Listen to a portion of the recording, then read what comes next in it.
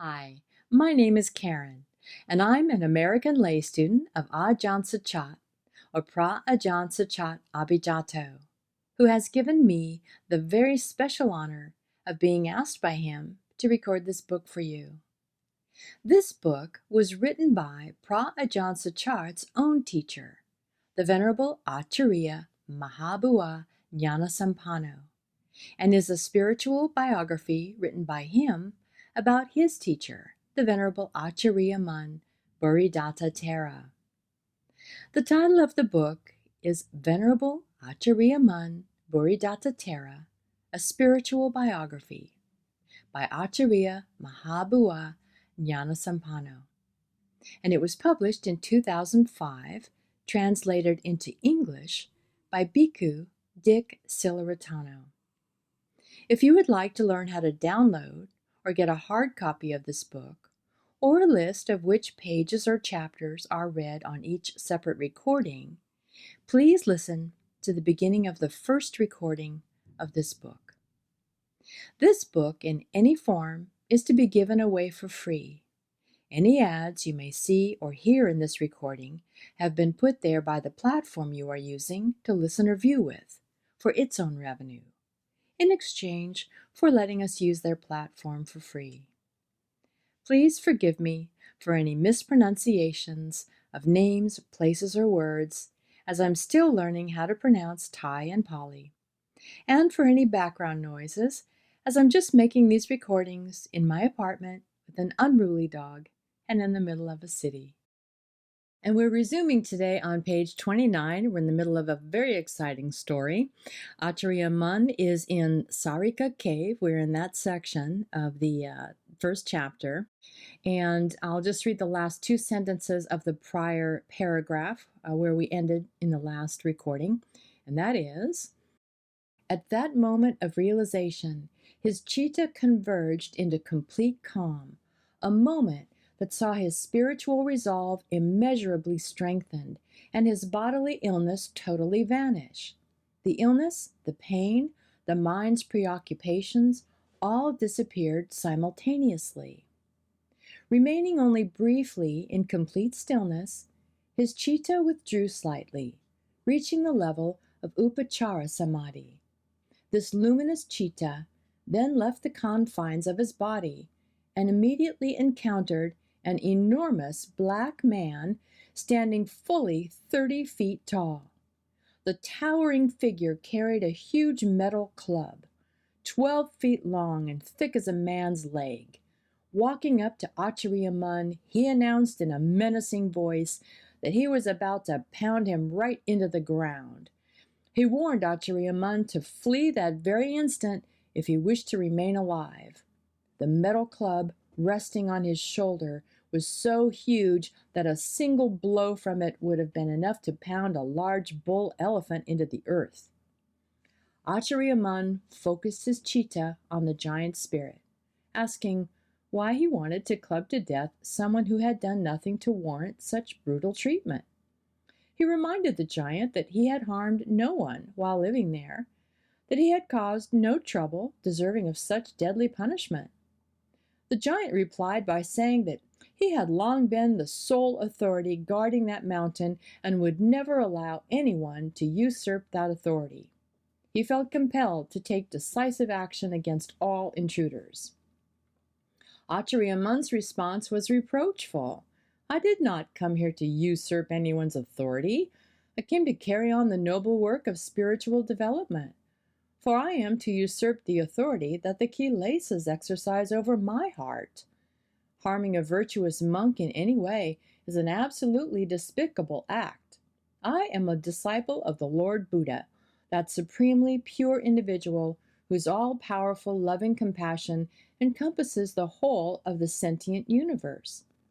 Does the great authority you boast give you power to override the authority of Dhamma and of Kamma, those immutable laws that govern the existence of all living beings? The creature replied, No, sir.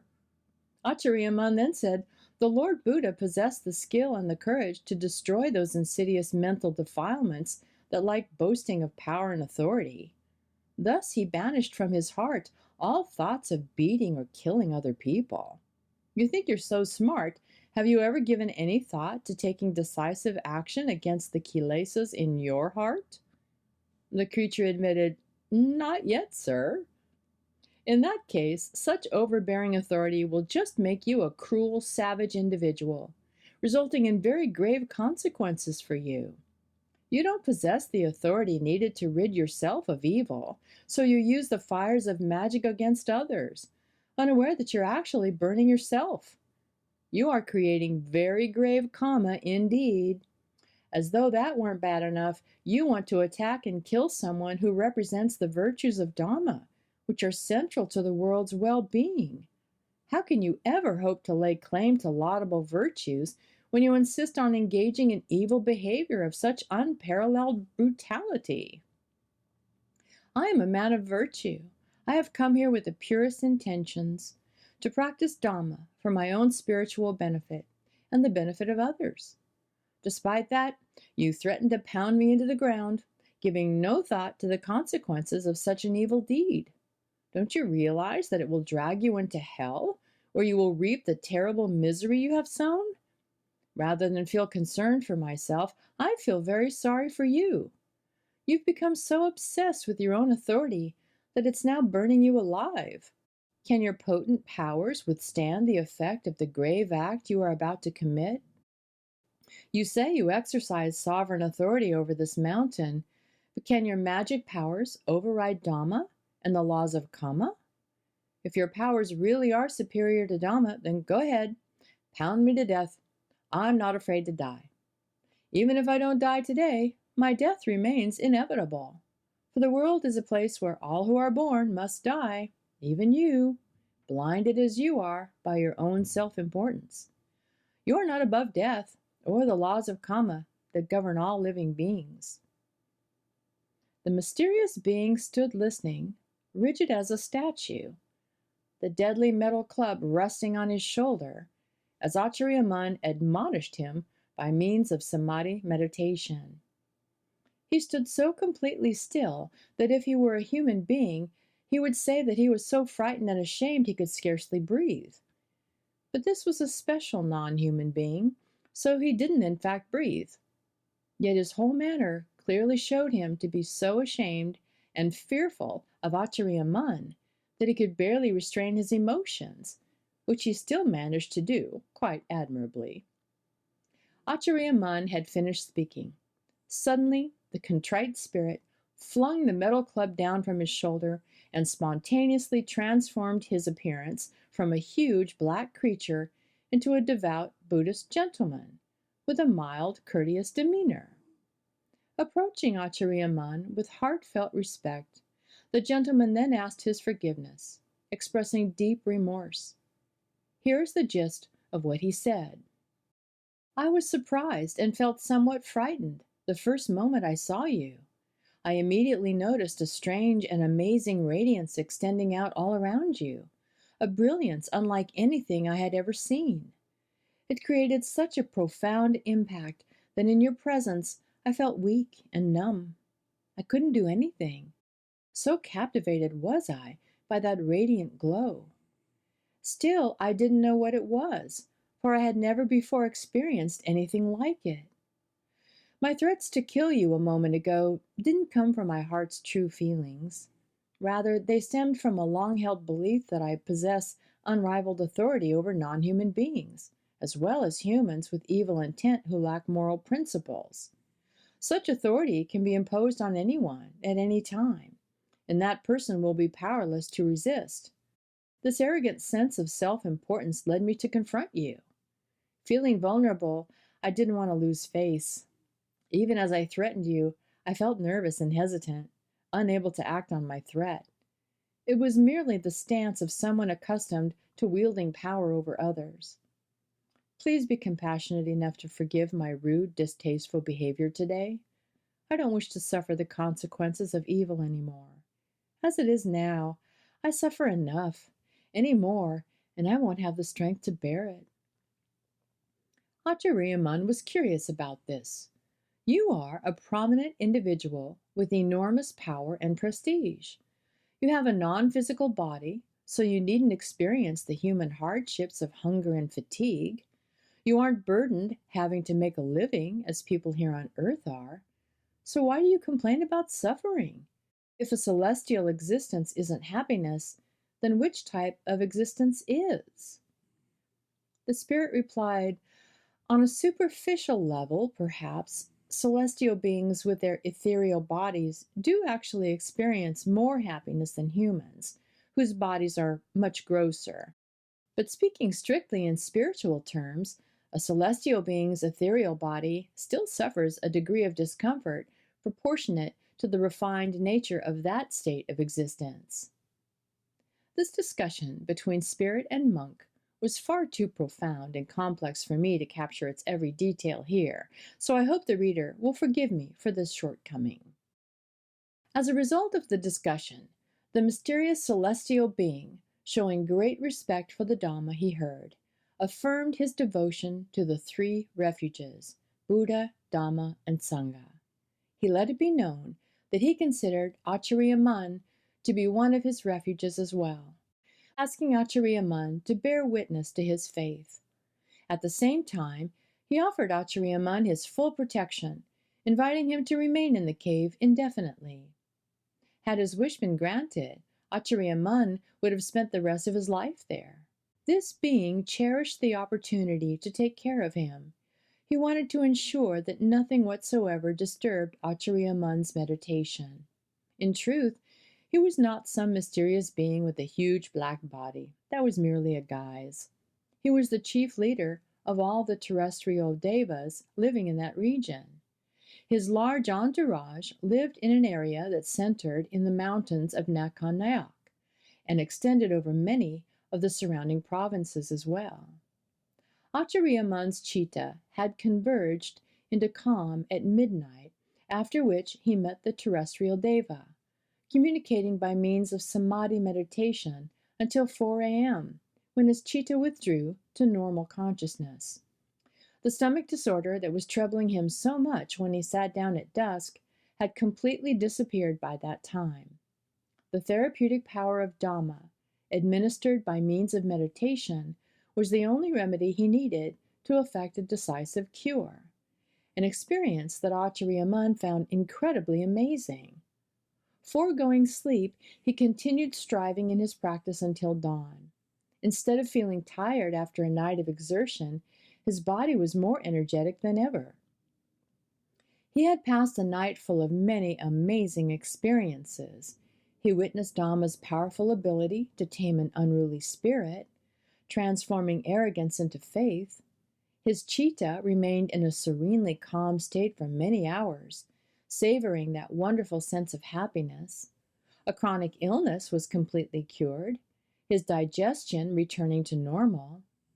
He was satisfied that his mind had acquired a solid spiritual basis, one he could trust, thus dispelling many of his lingering doubts.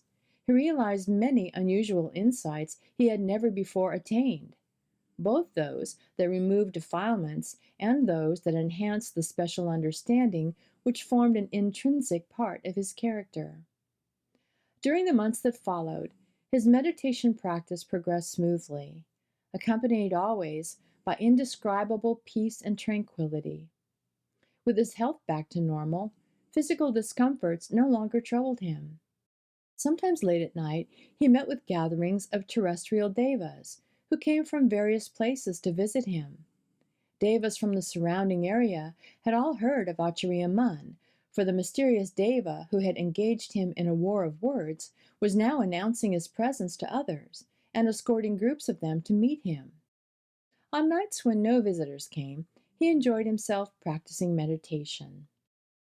One afternoon he left his meditation seat to sit in the open air not far from the cave, reflecting on the Dhamma that the Lord Buddha had so compassionately given to mankind. He felt this Dhamma to be so very profound that he understood how difficult it was going to be to practice it to perfection and to fully realize its essential truths. He felt a sense of satisfaction, thinking how fortunate he was to be able to practice Dhamma and realize its many insights and truths, an amazing feeling. Even though he had yet to reach the ultimate realization, a dream he'd long desired to fulfill, still, the spiritual contentment he experienced was very rewarding. He was sure now that unless death intervened, his hopes would surely be realized one day. Savoring his contentment, he reflected on the path he took to practice Dhamma and the results he hoped to achieve, proceeding step by step until he reached a complete cessation of dukkha, eliminating all traces of discontent still existing within his heart. Just then, a large troop of monkeys came foraging for food in front of the cave. The leader of the troop arrived first, a good distance in front of the rest. Reaching the area in front of the cave, it spotted Acariya Mun, who sat very still, with eyes open, glancing silently at the approaching monkey. The monkey immediately became suspicious of his presence. Nervous, worried about the safety of its troop, it ran back and forth along the branch of a tree, looking warily at him. Acariya Mun understood its anxiety and sympathized with it, sending out benevolent thoughts of loving kindness. I've come here to practice Dhamma, not to mistreat or harm anyone, so there's no need to fear me. Keep searching for food as you please. You can come foraging around here every day if you like. In a flash, the lead monkey ran back to its troop, which Acariya Mun could see approaching in the distance. He watched what happened next with a sense of great amusement, combined with sincere compassion. As soon as the leader reached the others, it quickly called out, "Gok, hey, not so fast. There's something over there. It may be dangerous." Hearing this, all the other monkeys began asking at once, "Gok, Gok, where?" And simultaneously, the leader turned his head toward Acariya Mun's direction, as if to say, "Sitting over there, can you see?" Or something like that, but in the language of animals, which is an unfathomable mystery to most human beings. Acariya Mun, however, understood every word they spoke. Once it had signaled Acariya Mun's presence to the group, the lead monkey warned them to proceed slowly and cautiously until they could determine exactly what was up ahead. It then hurried off ahead of the group, warily approaching the front of the cave where Acariya Mun was seated. Being concerned for the safety of those following behind, it was apprehensive, but also curious to find out what was there. It cautiously snuck up close to Acariya Mun, jumping up and jumping down from branch to branch as monkeys tend to do, for they are quite restless, as everybody knows. The lead monkey watched Acariya Mun constantly until it was sure that he posed no danger. Then it ran back and informed its friends, "Gok, we can go. Gok, there's no danger." During this time, Acariya Mun sat perfectly still, constantly gauging the lead monkey's inner feelings to judge its reaction to him. The way it ran back to speak to its friends was quite comic, yet knowing exactly what they said, Acariya Mun couldn't help feeling sorry for them. For those of us who don't understand their language, the calls they send back and forth to one another are merely sounds in the forest, much like the bird calls we hear every day. But when the lead monkey ran back, calling out to its troop, Acariya Mun understood the meaning of what was said as clearly as if they had been conversing in human language. In the beginning, when the lead monkey first spotted him, it hurried back to its troop, warning its friends to take care and pay careful attention to what it had to say. Although it communicated this message in the gok gok sounds that monkeys make, the essential meaning was clear to the others. "Hey, stop, not so fast. There's danger up ahead." Hearing the warning, the others began wondering what danger there was. First one asked, "Gok, what is it?" Then another asked, "Gok, what's the matter?" The lead monkey answered, "Gok, gek, there's something up there. It may be dangerous." The others asked, "Gok, where is it?" The leader replied, "Gok, right over there." The sounds made by this large troop of monkeys as they questioned and answered one another reverberated through the whole forest. First one called out in alarm, then another, until monkeys large and small ran frantically back and forth, seeking answers about their situation. Fearful of the possible danger they all faced, they yelled excitingly to one another in a state of general confusion, just as we people tend to do when confronted with an emergency. Their leader was obliged to speak up and to try to clarify the situation, cautioning them, "Go, Gake, everyone wait here first, while I go back and check to make sure." With these parting instructions, it hurried back to look again. Approaching Acariya Mun, who was seated in front of the cave, it looked warily at him, while scurrying to and fro through the branches of the trees. Its eyes examined him with intense interest, until it was satisfied that Acariya Mun wasn't an adversary. Then it hurriedly returned to its troop and announced, "Go, Gake, we can go now. It's not dangerous. There's no need to be afraid." So the whole troop moved forward until it reached the spot where Acariya Mun was seated, all of them cautiously peering at him in a way that signaled their continued mistrust. As monkeys tend to do when their curiosity is aroused, the troop was jumping about through the trees. The "go, Gake" sounds of their queries echoed through the forest. "What is it? What's it doing there?" The sounds of their replies reverberated in the agitated tone of animals needing to find out what's going on.